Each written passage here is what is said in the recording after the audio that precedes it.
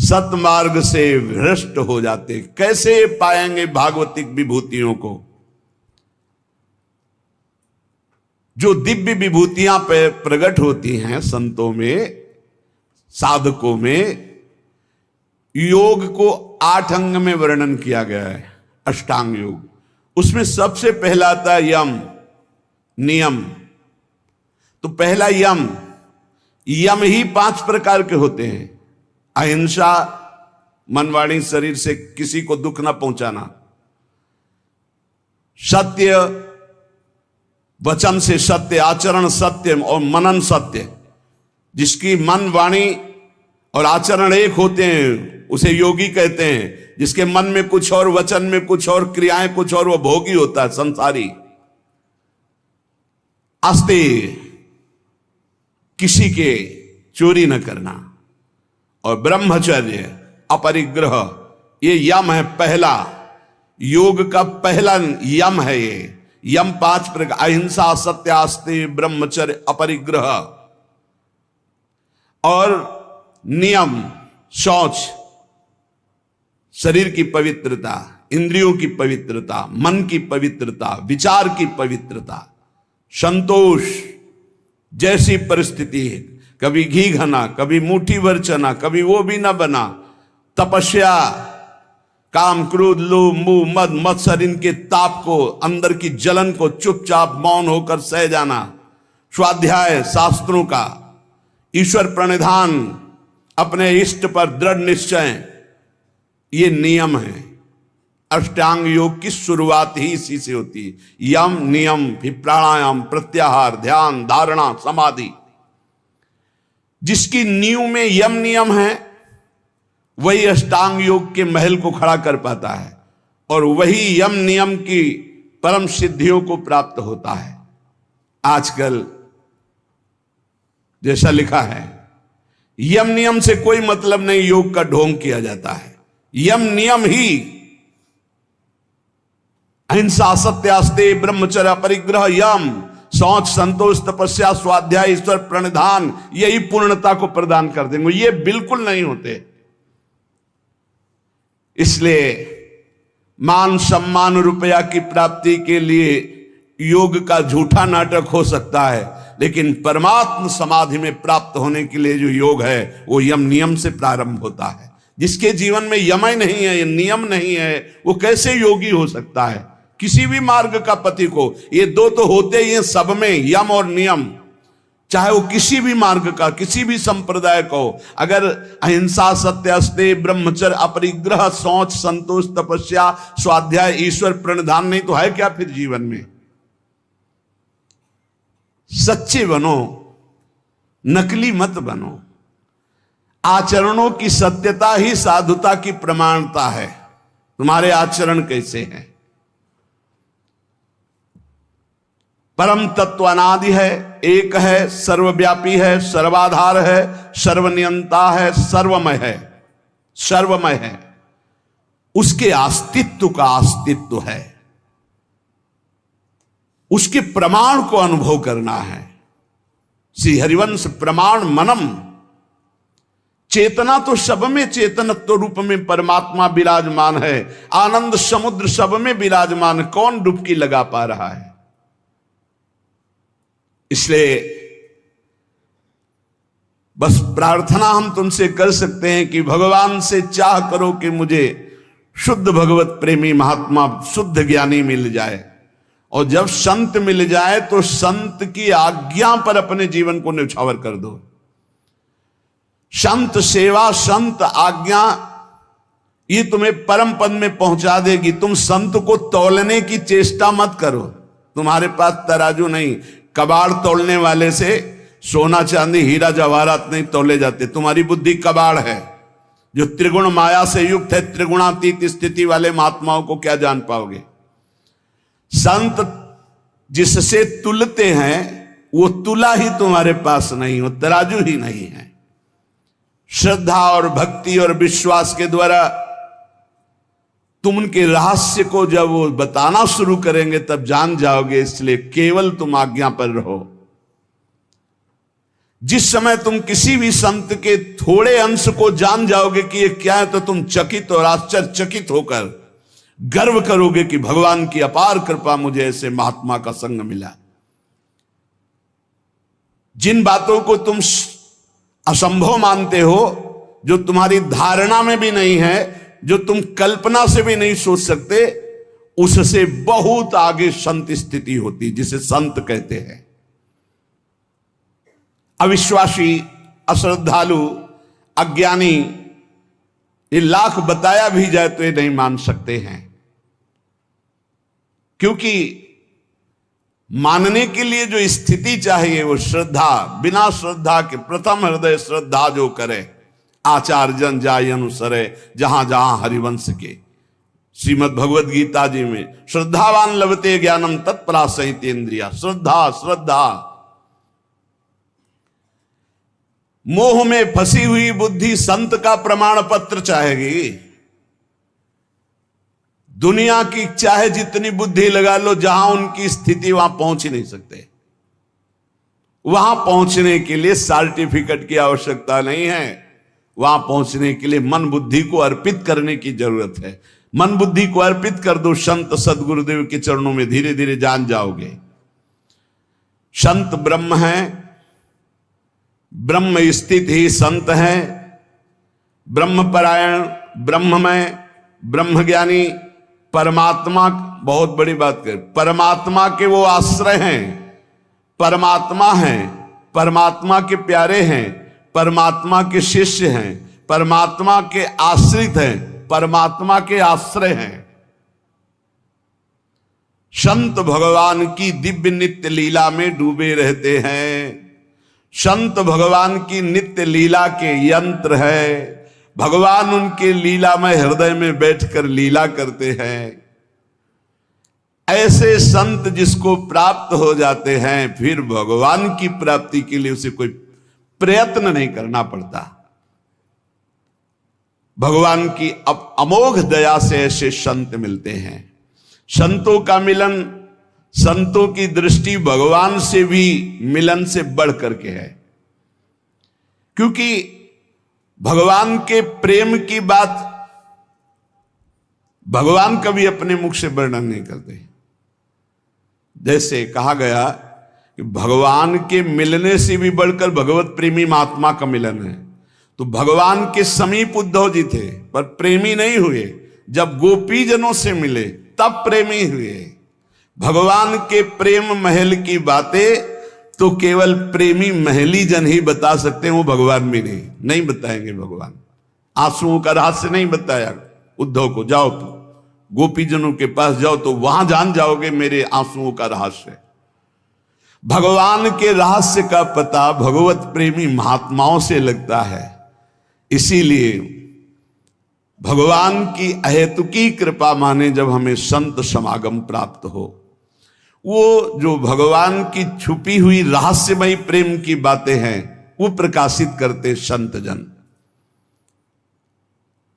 तुम केवल अवगाहन करो तो रस बरसाएंगे, तुम केवल आनंद स्वाद के लिए पिपासु बनो, ऐसे नहीं, ऐसे अहंकार से भर कर नहीं, अवज्ञा नहीं, अवहेलना नहीं, ऐसे छल कपट नहीं, जो कहोगे वही करेंगे, करना कुछ नहीं, छल कपट नहीं, ऐसे जैसी आज्ञा वैसे।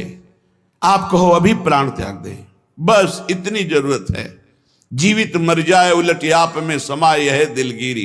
अरे अखिल कोटि ब्रह्मांडों का मालिक मिल जाएगा तो कौन सा वैभव बकाया रह जाएगा भाई। श्री भगवान इंद्रियों को स्वतंत्र छोड़ने पे नहीं मिलते। याद रखो, संत संग से इंद्रियां संयम में होती हैं। संत संग से इंद्रियों की शांति बढ़ती है।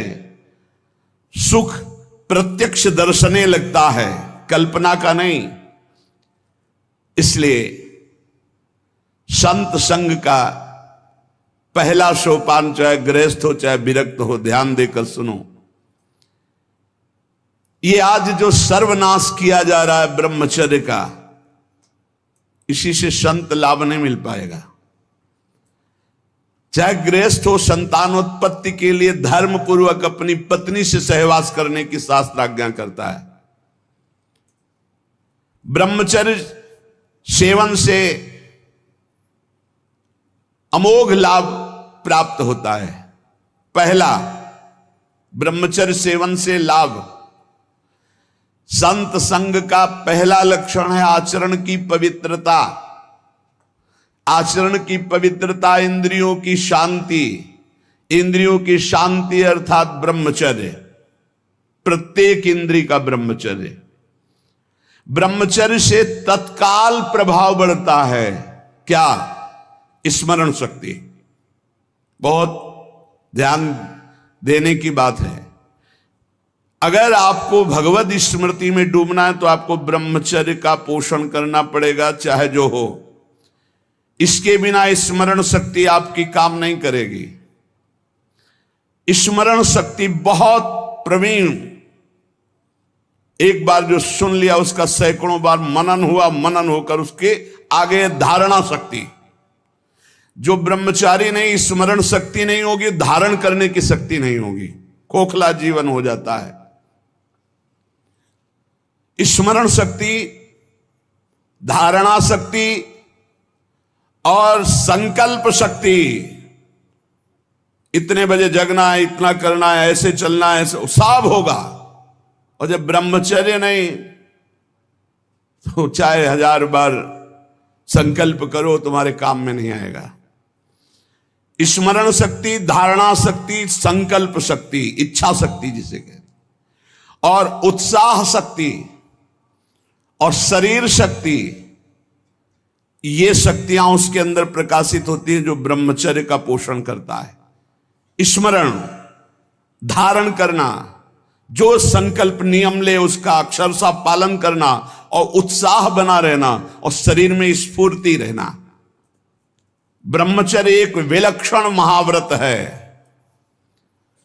ब्रह्मचारी का सौंदर्य प्रस्फुटित होता है। एक नूर उसके चेहरे पे झलकता है जो ब्रह्मचर्य को धारण करता है। एक नवीन आकर्षण, बालवत चेहरा, एक आकर्षण होता है भागवती। और जिसका ब्रह्मचर्य पुष्ट होने लगता है उसके शरीर से सुगंध आने लगती है। सुगंध, जो भोगी पुरुष होता पास से निकल जाए तो दुर्गंध निकलेगी, और जो ब्रह्मचारी होगा तो उसके शरीर में सौरभ होगी। ब्रह्मचारी का एक एक रोम तेज से युक्त होने लगता है। चेहरे पर हर समय प्रफुल्लता, मुस्कान,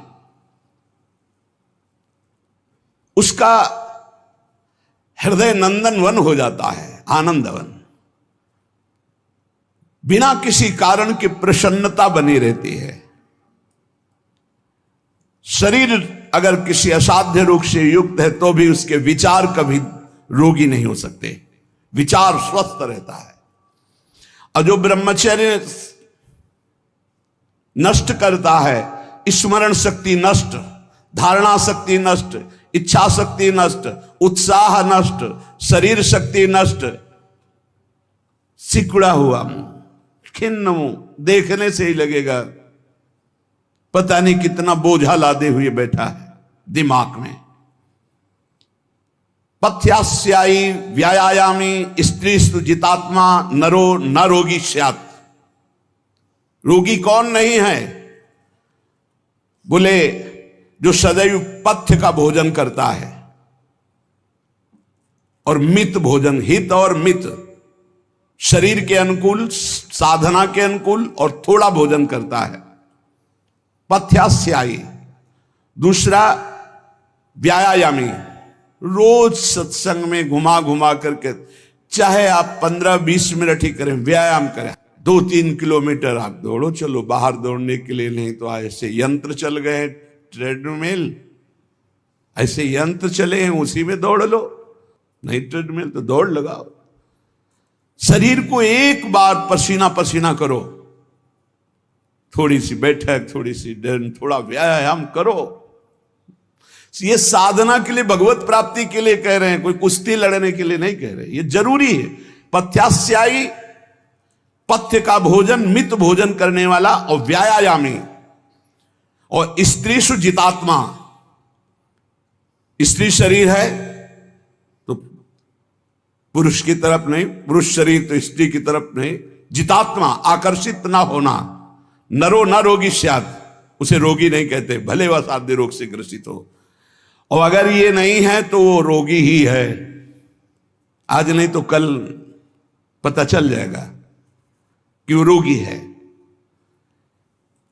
साधना करने वालों के लिए इंद्रियों को पावन करना, इंद्रियों को संयम में रखना बहुत आवश्यक है। मन के गुलाम, इंद्रियों के गुलाम, स्वेच्छाचारी भोगों की दुर्दशा में पड़ा हुआ मनुष्य है आज। असंयमी मनुष्य का मन और मस्तिष्क, ध्यान से सुन लीजिए, असंयमी जो अपनी इंद्रियों मन को मनमानी लगाए हुए है, उसका मन और मस्तिष्क और हृदय सड़ा देते हैं, जीवन को सड़ा देते हैं। मन और इंद्रियों को संयम में रखकर भगवत चरणारविंद से नहीं जोड़ोगे, सड़ा देंगे तुम्हें। तुम्हारे अंदर ही इतनी सोच गलत कर देंगे, जलोगे। जो ब्रह्मचर्यहीन है, मनमानी आचरण करता है, ध्यान से सुनो। पहला लक्षण अशांत, दूसरा कहीं मन न लगना, अस्थिर चित्त, तीसरा अस्वस्थ, चौथा मलिन स्वभाव, हीन स्वभाव। किसी भी कार्य को कह दो सबसे पहले ना, उत्साहहीन, हर कार्य के लिए बोझा मानना, ना कर देना, सदा के लिए भय का डेरा पड़ जाना अंदर। ये देखो शास्त्र है, ये महापुरुषों के द्वारा लिखा हुआ, जिन्होंने अनुभव किया सबके मनों में अपने मन को मिलाकर। इंद्रियों का जो असंयम है वो हर तरह से मनुष्य को नष्ट कर देता है। लोग अंदर का सुधार नहीं करते। जहां जहां असंयम है वहां वहां अशांति है, दुख है, बेविचार है, संयम विहीन जीवन, शुष्क उदासहीन पशुवत जीवन है। पूर्ण ब्रह्मचर्य तो देश का, समाज का, आत्मा का, सबका परम लाभ, अपना परम लाभ। चाहे गृहस्थ हो चाहे विरक्त, जरूरी है अपनी शक्ति को नष्ट करना, आवश्यकता के अनुसार धर्मयुक्त प्रयोग तो ठीक है। हम तो प्रणाम करते हैं उन गृहस्थों को जो गृहस्थ होते हुए ब्रह्मचर्य का नियम वृंदावन में लिए हुए और दूर दूर जगह देशों में रहते हैं और ब्रह्मचर्य का नियम लिए हुए। एक तो परिवार अमेरिका में है, आए हुए हैं कुछ समय से, भी हम वृंदावन में सत्संग में भी होंगे। सब सुविधा, अमेरिका जैसे देश में रहने सब सुविधाएं, और बड़े ही सरल सात्विक वृत्ति से, और हितधाम में कसम खाई थी ब्रह्मचर्य की कि हम दोनों मिलकर के कसम खाते हैं कि आज के बाद ब्रह्मचर्य रहेंगे। कैसा जीवन! अपने तो कितने ऐसे परिवार हैं, हम तो उनको प्रणाम करते हैं जो एक साथ पति पत्नी रहकर संयम पूर्वक जीवन व्यतीत कर रहे हैं। बलिहारी भगवान की असीम कृपा है, जिसके संग का डर बना रहता उसी संग में रहकर दोनों निकल गए। कितनी बड़ी हेतु की कृपा! यह है आश्चर्य, यह है आश्चर्य। रात दिन एक साथ रह रहे हैं, फिर भी कसम खा के ब्रह्मचर्य रहे हैं। कितनी अपार कृपा श्री जी की! कैसा मन कर देती है श्री जी, नहीं तो बहुत कठिन है, बहुत कठिन है। वही जानते हैं जो इस मार्ग में चलते हैं। जो आचरणहीन है, जिसका भोजन ठीक नहीं है, अब लाख बार कहा जाता है सतोगुण भोजन करो, सात्विक भोजन करो। बाजार का ये अमुक चीज आनी चाहिए। कितने ऐसे बाजार की पैकिंग की चीजें निकलते हैं जिसमें कीड़ा रेंगते हुए चलते हैं। आप फिर पता नहीं कौन सी बुद्धि लोगों में फैल रही है कि घर का दाल रोटी बना करके नहीं खाएंगे, बाजार का आना, ऑनलाइन आना चाहिए। ऑनलाइन में हो जाओगे, हाँ ऑनलाइन में चले जाओगे। बहुत समझो सावधान, खान पान, नहीं तो ऑनलाइन में बुद्धि घूमेगी। श्री जी में चित्त लगाने के लिए थोड़ा ऑनलाइन से हटो, थोड़ा सा अपने चित्त को सुधारो। हम कह रहे हैं जबान में अगर सात्विक भोजन केवल जाएगा तो भजन में बहुत रुचि होगी, संयम से रह पाओगे। ये बावरे नहीं थे पुराने संत महात्मा जन की जो सात्विक ब्रजवासियों का अन्न, भिक्षान्न, सात्विक, देखो 10 दिन केवल देखो, शुद्ध दाल रोटी पाओ, मूंग की दाल वाली रोटी पा लो, फिर आप देखो भजन करके, और 2 दिन जरा इधर उधर होटल का पाके देखो, फिर देखो कैसा है। कोई भी कहीं भी हो, सात्विक वृत्ति से अपने घर का भोजन करो, कम से कम दाल पानी से धो लिए हो।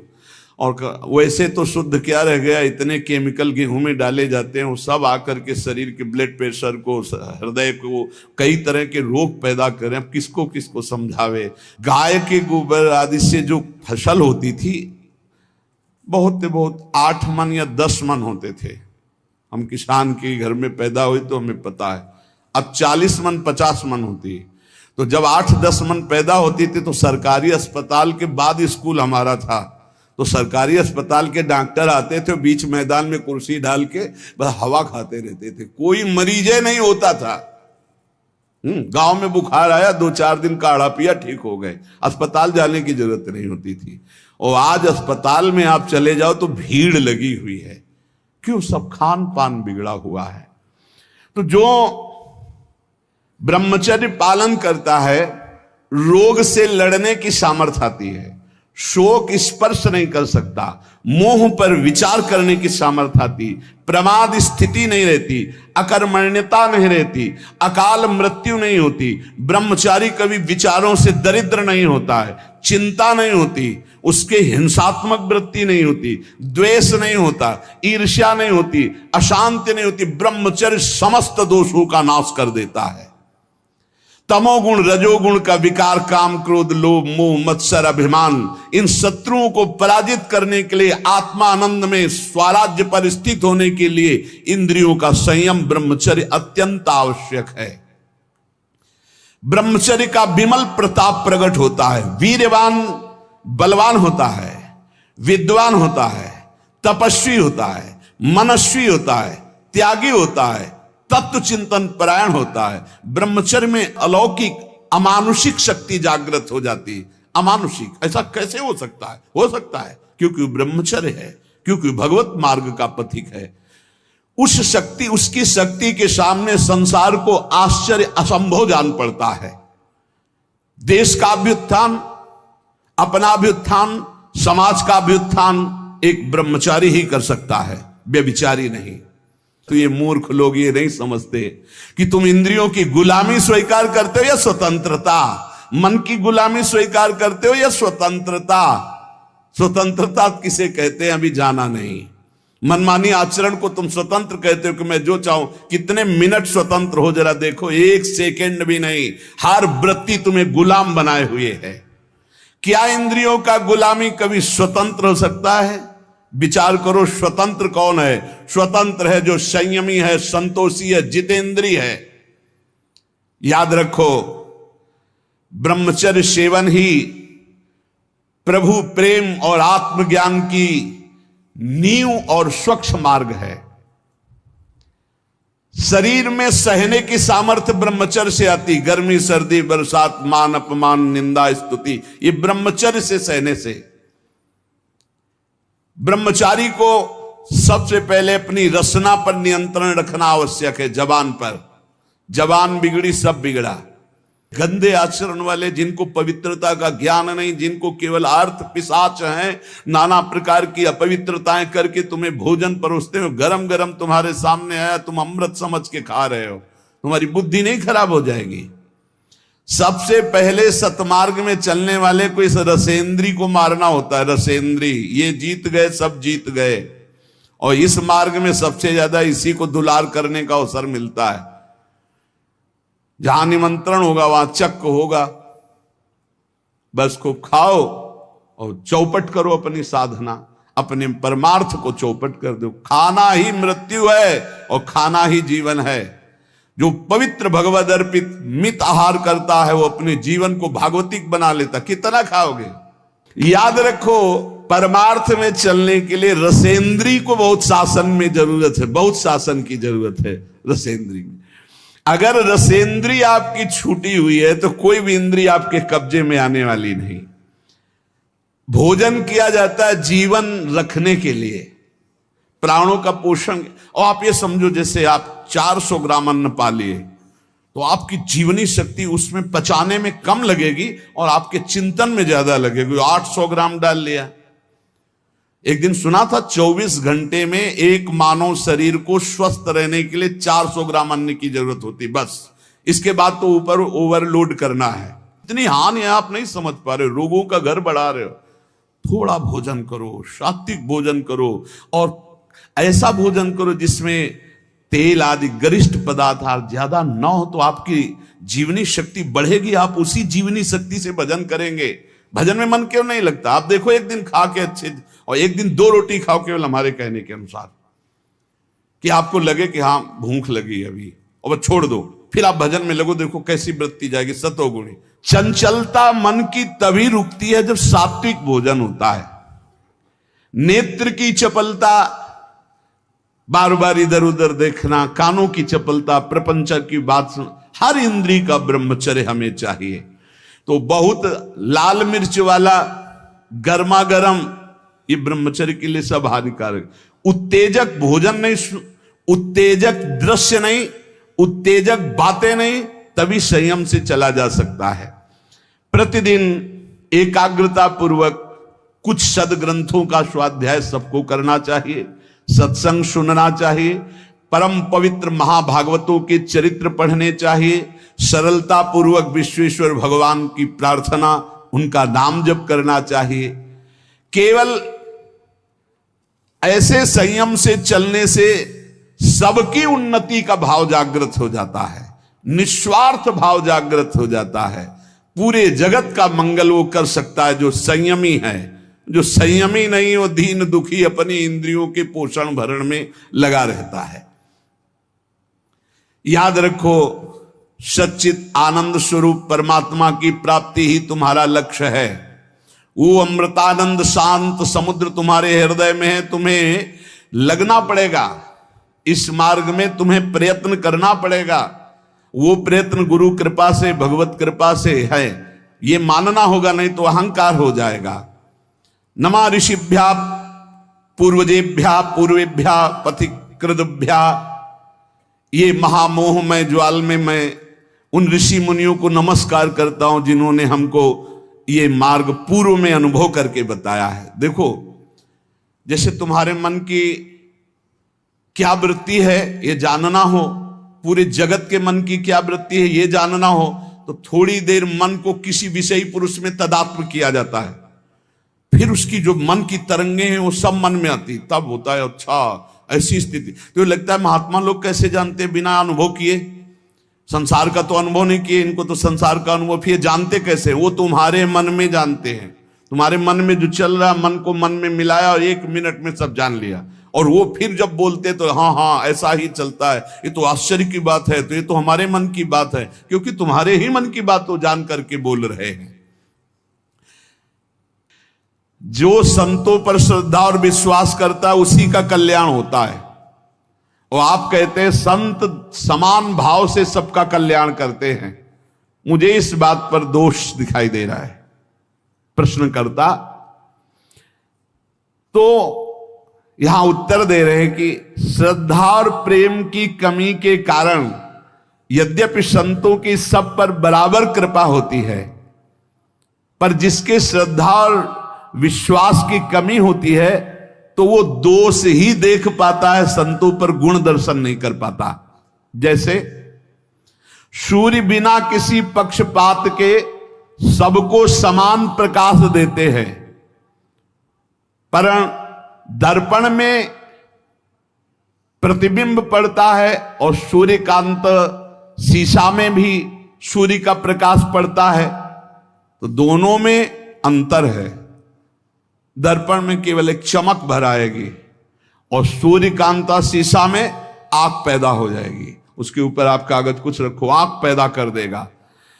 ऐसे ही कोई इसमें सूर्य का दोष नहीं कि उस दर्पण में कम प्रकाश दे रहे हैं, उसमें ज्यादा दे रहे हैं।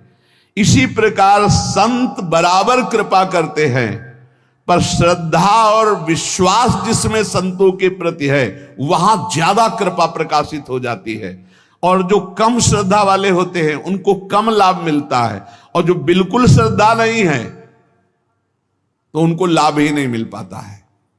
संतों के पास उनको फिर जब श्रद्धा ही नहीं तो लाभ नहीं मिल पाता। जैसे दर्पण का उदाहरण दिया, शीशा का, एक शीशा केवल थोड़ा तेज पलटकर दूसरे के तेज पड़ेगा, और एक शीशा पलटकर आग पैदा कर देगा, सूर्यकांत शीशा। सूर्य सबको स्वाभाविक प्रकाश देता है, पर उल्लू बिल्कुल प्रकाश का लाभ नहीं ले पाता है। तीन बातें कही, जैसे दर्पण और सूर्यकांत शीशा और ऐसे समान भूमि, वो पलटकर समान भूमि थोड़ी प्रकाश दे सकती है। ऐसे ये उल्लू प्रकृति के जो दुष्ट स्वभाव के लोग होते हैं, ये संत रूपी सूर्य का लाभ नहीं ले पाते। श्रद्धा और विश्वास जितना प्रबल है कि गुरु साक्षात परब्रह्म, काम हो गया, हम तो हर समय परब्रह्म को देख रहे हैं, परब्रह्म का भाषण सुन रहे हैं, परब्रह्म के समीप है, परब्रह्म की कृपा दृष्टि, मेरे कल्याण में क्या फर्क, उसके कल्याण में कोई फर्क नहीं। ये वैसे साधु तो नहीं है जिससे कल्याण हो जाता है, बिल्कुल वैसे ही अनुभव होगा। ये यथा माम प्रपद्यन्ते तास तथैव भजाम्यहम्। उल्लू के लिए चाहे जितना सूर्य प्रकाश हो उसको कुछ नहीं सुख मिलना, उसको अंधकार में सुख मिलता है।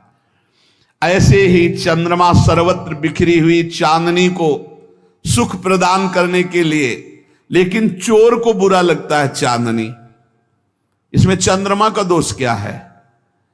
ऐसे ही संत महापुरुष परोपकार के लिए, पर जो नीच प्रकृति वाले, चोर प्रकृति वाले, उल्लू प्रकृति वाले हैं, वो संतों से द्वेष करते हैं, उनको गाली देते हैं, उनकी निंदा करते हैं, और इसका फल होता है कि वो दुर्गति को प्राप्त होते हैं।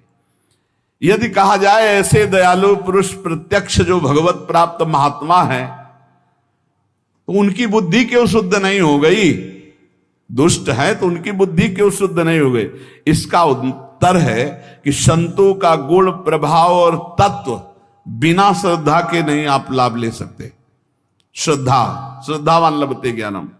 जितनी जोर की श्रद्धा संत पर, जितनी जोर की समर्पण वृत्ति, उतना ही लाभ। जब श्रद्धा होती ना तो हम अपनी तरफ जब देखते तो लगता है निहाल हो गए, आज हमको देखा, आज हमारी तरफ मुस्कुराए, आज हमसे बात किया, अरे आज तो हमारे ऊपर सर पे हाथ रख दिया, अरे हम तो निहाल हो गए। श्रद्धा बहुत होश में चयन कर ले। गुरु, वेश, मंत्र, ग्रंथ, पंथ एक बार बार बदले नहीं जाते। ये सांगोपांग एक बार स्वीकार कर ले और आजीवन वैसे चले। अब वो रस स्थिति के लिए आगे बढ़ाने के लिए चलावे, वो प्रभु की बात है। हमारा बदलने का भाव नहीं होना चाहिए, वो पहुंचाते चले जाएंगे, आगे बढ़ाते चले जाएंगे। जैसे अपने पहले नैष्ठिक ब्रह्मचर्य, वो महावाक्य, सन्यास, और फिर इधर आए शरणागत, फिर इधर निज।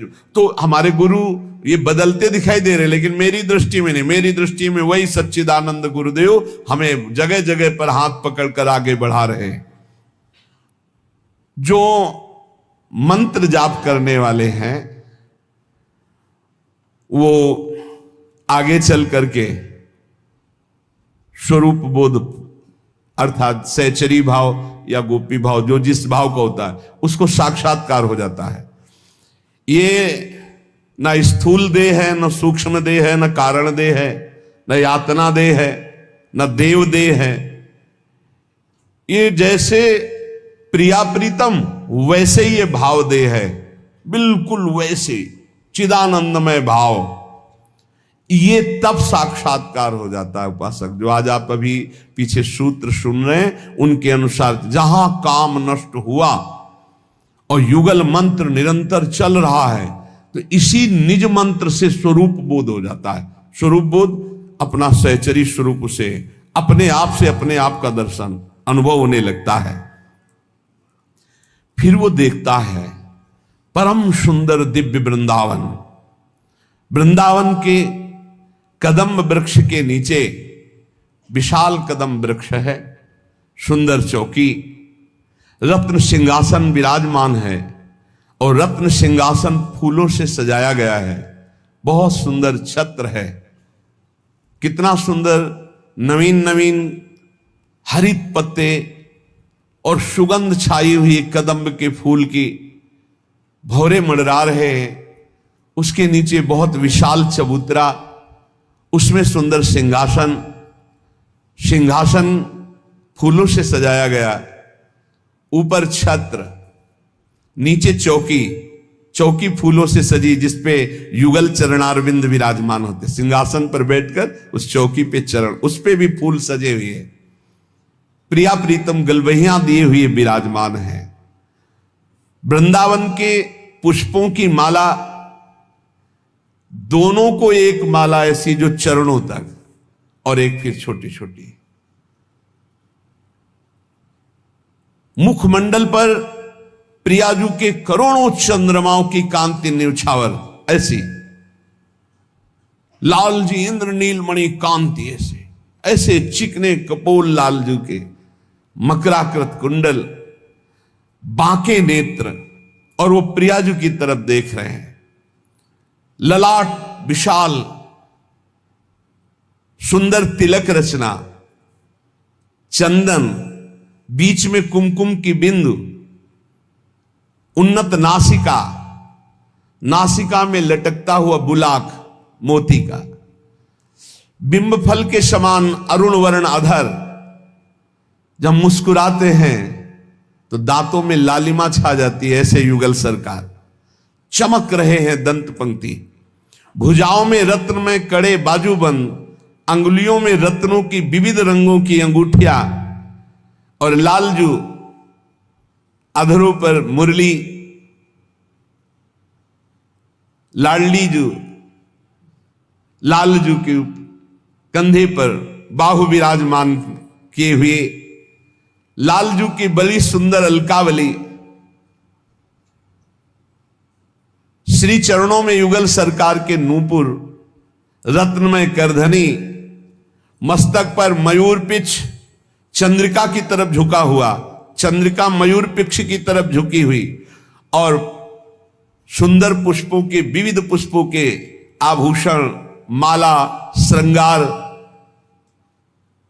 ऐसी भावना में परम ज्योतिर्मय युगल सरकार का वो उपासक दर्शन करता है। भाव देह से प्रिया प्रीतम विराजमान है। कोई सखी चंवर डुला रही, कोई व्यजन कर रही है, कुछ नृत्य कर रहे हैं, कुछ वाद्य, और श्री जी हमारी ओर देख रहे हैं। लालजू बांकी चितवन से श्री जी की ओर, और श्री जी हमारी ओर देख रहे हैं, ऐसा उपासक देख पा रहा है। तपाए हुए स्वर्ण की सी देह प्रभा, नीलांबर झलमल झलमल गोरे अंग पर हो रहा है। मंद मंद मुस्कुराती हुई श्री जी हमारी ओर देख रहे हैं। ये कृपा कटाक्ष। चकोर की भांति लालजू श्री जी के मुख चंद्र का पान कर रहे हैं, और श्री जी करुणा बरसाती हुई हमारी ओर देख रहे हैं। श्री चरणों के जो नूपुर, इनसे मंत्रों का नाद होता है प्यारी जू के। जरा सा तो मुखर हो जाते हैं नूपुर। उपासक भावदेव में अपनी प्यारी जू के नूपुरों की ध्वनि, लालजू के अधरों में विराजमान बंशी ध्वनि, विविध सेवा परायण सखियों के दर्शन, उपासक उसी समय जिस सुख का अनुभव करता है वो सुख मोक्ष सुख में भी नहीं है, इसलिए मोक्ष सुख का भी त्यागी हो जाता है। हमें इसी सुख की लालसा करनी है। बड़ी कृपा हो गई कि अपने लिए सब बानक बन गया। रसिक गुरुदेव मिल गए हैं, श्रीधाम वृंदावन मिल गया, प्रिया प्रीतम की उपासना मिल गई। जो अपने में त्रुटि है वो इसी मंत्र से, इसी नाम से, इसी उपासना से सब दूर हो जाएंगी।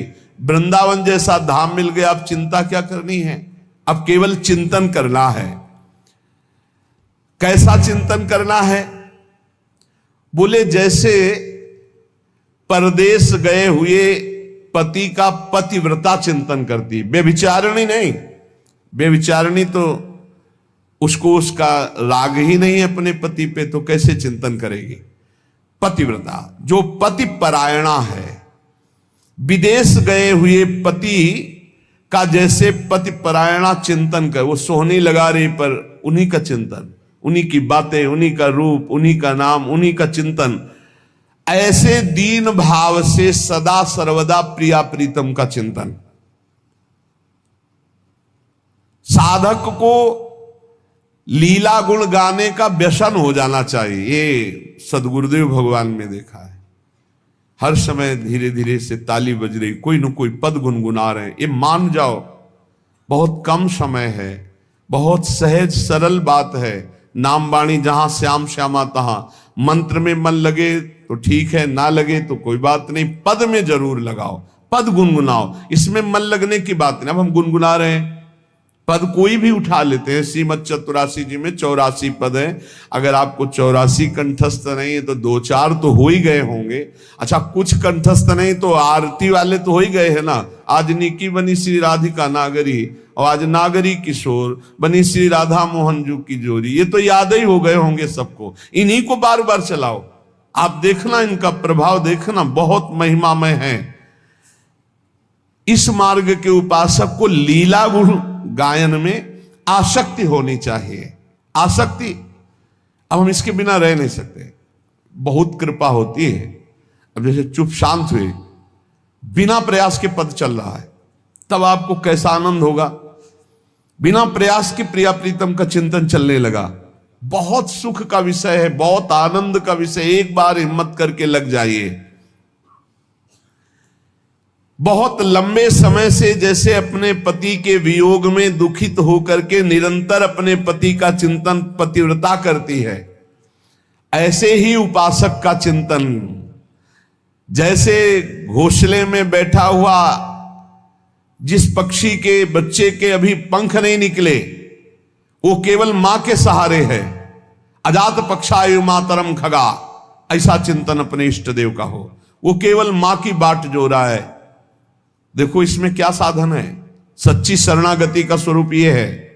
अजात पक्षायु मातरम खगा, जिस बच्चे के, चिड़िया के बच्चे के अभी पंख नहीं निकले, वो घोंसले में बैठा है, उसका आहार विहार सब मां के ऊपर निश्चित है, वो केवल मां की बाट जो होता है। ऐसे शरणागत को केवल भगवदाश्रित, केवल प्रभु की बाट जो होनी चाहिए, प्रिया प्रीतम की। जैसे छोटा बछड़ा जो अभी घास नहीं खाता है, मां का दूध पीता है, और उसकी मां चरने गई, वो हर समय अपनी मां का चिंतन करता है। ऐसे प्रभु का चिंतन करना है। जैसे परदेश गए हुए पति का चिंतन, जैसे छोटा चिड़िया का बच्चा अपनी मां चिड़िया का चिंतन, जैसे छोटा बछड़ा अपनी मां गाय का चिंतन, ऐसे प्रिया प्रीतम का चिंतन करना है। उपासक को दैन्य भाव से प्रभु से कहना चाहिए, हे प्रभु, संसार सागर अन्नाथो पुत्र मित्र गृहा कुलात गोप्तारो में युवा में प्रपन्न भय भंजनो। प्रभु, मैं पुत्र में, पत्नी में, घर में फंस गया हूं। प्रार्थना करनी चाहिए, प्रभु इस संसार के राग में इतना फंस गया हूं। 2 बातें कही तो विरक्त के पास तो ये सब नहीं, पर वो संसार के राग में फंस जाए। ये संसार है, शरीर की वासनाएं, भोग नाना प्रकार के, गृहस्थ में स्त्री पुत्र परिवार आदि। प्रार्थना करनी चाहिए, नाथ मैं इनमें फंस चुका हूं, और आप है शरणागत भय भंजन। तो हे युगल सरकार, मेरी समस्त आसक्ति को हटा दीजिए, और ये आसक्ति अपने चरणों में लगा लीजिए। मैं जो कुछ भी हूं, जैसा भी हूं, आपका हूं। मेरे लोक परलोक सब आपके चरणों से है। मैं आप दोनों श्यामा श्याम के चरण कमलों में अपना समर्पण करता हूं। पर प्रभु, यो अहम ममास्ति यत्किंचित् दिहि लोके परत्र च तत्सर्वं भवतो रद्ये चरणेषु समर्पितम्। अहमस्य अपराधाना मालयस्त्यक्त साधनः अगतिश्च ततो नाथो भवन्तावेव मे गतिः। प्रभु मैं अपराधी हूं, ये प्रार्थना करनी चाहिए। अपराध का भंडार हूं, मेरे अपराधों का पार नहीं है। नाथ मैं साधनहीन हूं, गतिहीन हूं, जीवन भर अपराध किया है, आपकी शरण में आ गए हैं। अब चाहे दंड दो चाहे क्षमा कर दो, आपके सिवा हमारा कोई नहीं है। हे राधाकांत, तवास्मि राधिका कांत कर्मणा मनसा गिरा, कृष्ण कांते तवैवास्मि युवावेव गतिर्मम। हे राधाकांत, मैं आपकी शरण में हूं, तन से मन से वचन से आपको समर्पित हूं। आप मेरी गति हो, आपके चरणों में आ पड़ा। अब आप मेरी तरफ ना देखकर अपनी तरफ देखिए, अपनी उदारता की तरफ, कृपालुता की तरफ देखिए। मेरी तरफ देखेंगे तो मैं नीच हूं, अधम हूं, महान पाप किए हूं जीवन भर, अब आपकी शरण में आया हूं, अब आप स्वीकार कर लो। हे कृपा की खान, कृपा पूर्वक मुझ अपराधी को स्वीकार कर लो, दास बना लो, सेवा का अधिकार प्रदान करो। भगवान शंकर जी ने देवर्षि नारद जी से एक बार कहा कि जब मैंने युगल मंत्र का जो बहुत समय तक जप किया कैलाश पर, परम पावन कैलाश पर, तो भगवान श्री कृष्ण प्रकट हुए और कहा वरदान मांगो। मैंने बारंबार प्रणाम करके कहा प्रभु, सर्वानंदमयी, समस्त आनंदों का आधार, नित्य मूर्तिमान रूप, जिसे निष्क्रिय शांत ब्रह्म कहते हैं परमेश्वर, मैं उसे देखना चाहता हूं, आपके उस स्वरूप को। भगवान ने कृपा करी, सामने पहले यमुना जी प्रकट हुई, फिर वृंदावन प्रकट हुआ, फिर जो अभी शोभा बताई युगल सरकार की, कदम्ब के नीचे ऐसे बैठे हुई, ऐसा देखा कि किशोरी जो बाहु लालजू पर विराजमान किए हुए ऐसे सिंहासन पर विराजमान हैं। इसके बाद भगवान ने कहा कि यदद्य में त्वया दृष्टमिदं रूपम अलौकिकम घनीभूतामल प्रेम सच्चिदानंद विग्रहम। ये जो मेरा अलौकिक रूप है, ये निर्मल प्रेममय है, सच्चिदानंदमय है। पार्थिव पांच भौतिक विकारों से रहित, इसलिए मुझे लोग निराकार कहते हैं। त्रिगुण माया से रहित, इसलिए मुझे निर्गुण कहते हैं। सब जगह में विराजमान हूं, इसलिए मुझे निष्क्रिय कहते हैं। और मैं ही परात्पर ब्रह्म की प्रतिष्ठा हूं। पर मेरे जितने रूप हैं, ये सब अंश से प्रकट हुए। मैं इस रूप से, प्रिया प्रीतम के रूप से निरंतर वृंदावन में विहार करता रहता हूं। सृष्टि आदि का कार्य ब्रह्मा विष्णु महेश इनके द्वारा होता रहता है। जो मेरे इस दिव्यता को नहीं जानते हैं, तो हे महेश्वर, वो अपने चर्म चक्षु और त्रिगुणात्मिका बुद्धि के द्वारा ना मुझे देख पाते, ना मुझे समझ पाते हैं। इसीलिए वेद मुझे अरूप कहते हैं, वेद नेति नेति कहते हैं। मैं अपने भगवद अंश के द्वारा सब लीलाएं करता हूं, पर ये प्रिया प्रीतम के रूप में निरंतर निकुंज में विराजमान रहता हूं। मेरे ही अंश से ब्रह्मा विष्णु और रुद्र, गर्ग संहिता में पढ़ के देख लेना। पढ़ना चाहिए शास्त्रों को, जिससे हमें पता चलता है हमारे प्रभु क्या है। तो भगवान श्री कृष्णचंद्र जी ने जो विनय की, भगवान शिव ने तो अपना रूप दिखाया यही प्रिया प्रीतम का। तो भगवान शंकर ने ही कृपा करके ये नरसिंह मेहता को रास विलास दिया, यही कृपा करके प्रबोधानंद जी को दिया, यही कृपा करके प्रेमानंद को दिया। ये उन्हीं का कृपा प्रसाद, वही देते हैं। जहां पर कृपा न करें पुरारी, सो न पाओ मुनि भगति हमारी। तो उपासक को इस बात पर दृढ़ रहना चाहिए कि हमें जो ये प्रिया प्रीतम की उपासना मिली, ये न जाने किस जन्म में किन किन की साधना की, उसके फलस्वरूप मिली। वो कोई साधारण उपासना नहीं है। जिसे बहुत ध्यान देने के बाद इस प्रेम रस की प्राप्ति करनी है, वो संप्रदायवाद के झगड़े में भी ना फंसे। संप्रदायवाद के बड़े झगड़े होते हैं, इसमें ना फंसे। किसी की निंदा नहीं, सब भगवान के स्वरूप सत्य हैं, सब महान हैं। जो जहां उपासना करते, मेरे लिए जो मेरे गुरुदेव ने दिया, बस श्यामा श्याम उनका नाम, उनकी उपासना, बस हमसे इतने से मतलब है। संप्रदायवाद के झगड़े में ना फंसे। वे महापुरुष श्री भाई जी महाराज आदेश करे, क्योंकि इससे फिर क्या होता है, मार्ग तो छूट जाता है, बस यही बातें रह जाती है, प्रपंच वाली, लड़ाई झगड़े वाली। संप्रदाय का मतलब है सीधा सुरक्षित मार्ग, प्रिया प्रीतम की प्राप्ति का। और आचार्य हैं इसकी स्थापना करने वाले। तो आचार्य ने जो मार्ग स्थापित किया वो है मंत्र, वो है वाणी जी, वो है सेवा, वो है धाम, वो है नाम। इसी को पकड़ लो, सीधे प्रिया प्रीतम की प्राप्ति हो जाएगी। नाम रूप लीला धाम मंत्र उपासना आराध्य देव, ये आचार्य ने दिया, यही संप्रदाय आचार्य प्रदत्त करते हैं।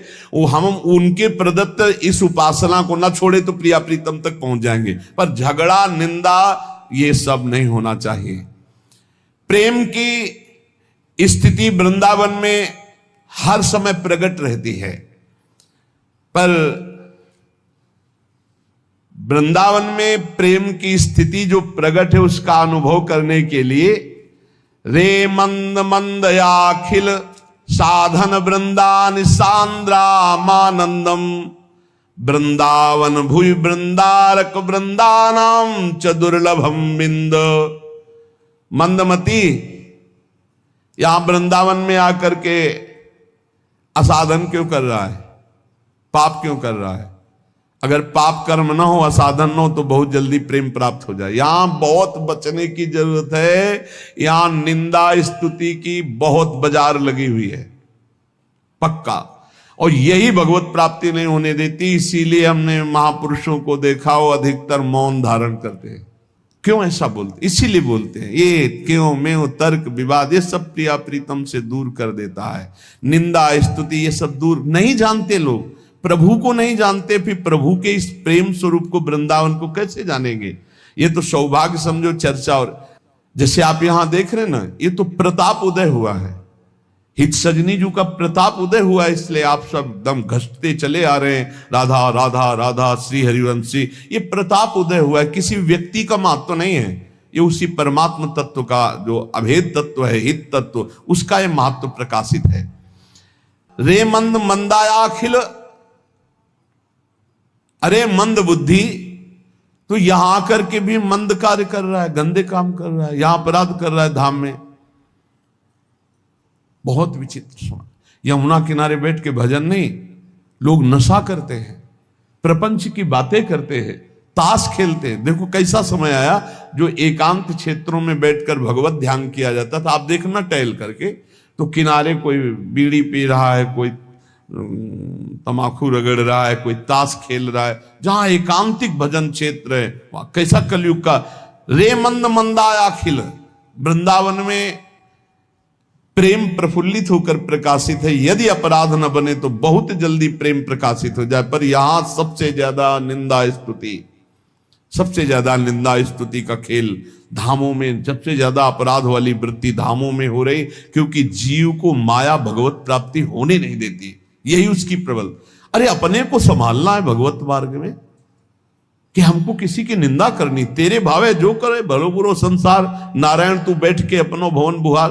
अब तू अपने हृदय को देख, अपने हृदय को पवित्र कर। लेकिन बहुत विचित्र भगवान की माया।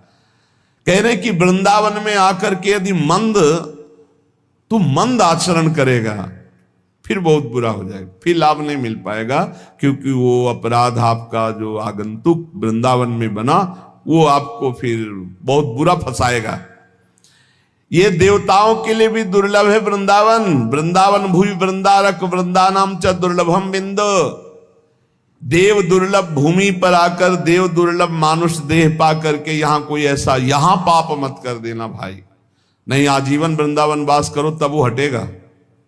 यहां का पाप अगर बन गया, महापुरुषों से पूछा था कि जो वृंदावन में आ गए उनसे ऐसी गलतियां हो गई बड़ी बड़ी, तो उनका बोले आजीवन वृंदावन वास करे, यही शरीर छोड़े तो क्षमा हो जाएगा। बहुत कठिन है, बहुत सावधान। यहां का हर पाप वज्रलीक है। कम बोलो, अधिक चिंतन करो, कम खाओ, अधिक यहां भजन करो, कम सो, जागकर खूब नाम जप करो, यहां कमाई करनी भजन की। अरे किसको सुधारना है भाई? किसको सुधारना है? अपने को सुधारना है। सत्संग अपने सुधारने के लिए, अपने भजन के लिए, दूसरा लाभ ले ले उसके सौभाग्य की बात। सत्कर्माणि कृतानि हरिराराधिता श्रुतोपनिषद आमृति वृंदारण्ये यदैव संकल्पितो वासः। वही बात करे श्रीपाद, मृत्यु पर्यंत अब वृंदावन वास करूंगा ऐसा संकल्प करते ही सारे सत्कर्म हो गए, जिससे असत्कर्म बने थे सब नष्ट हो गए। आजीवन अब वृंदावन वास करूंगा, वृंदावन से कभी बाहर नहीं जाऊंगा, ऐसा संकल्प करते ही सारे अपराध भस्म हो गए। पर ऐसा नहीं कि फिर चले जाओ वृंदावन वास, तो फिर आजीवन वृंदावन वास। श्री हरि की संपूर्ण आराधना का फल प्राप्त हो गया जो अखंड वृंदावन वास का नियम ले लेता है। संपूर्ण उपनिषदों का फल ब्रह्मबोध अपने आप यहीं प्राप्त हो जाएगा वृंदावन में।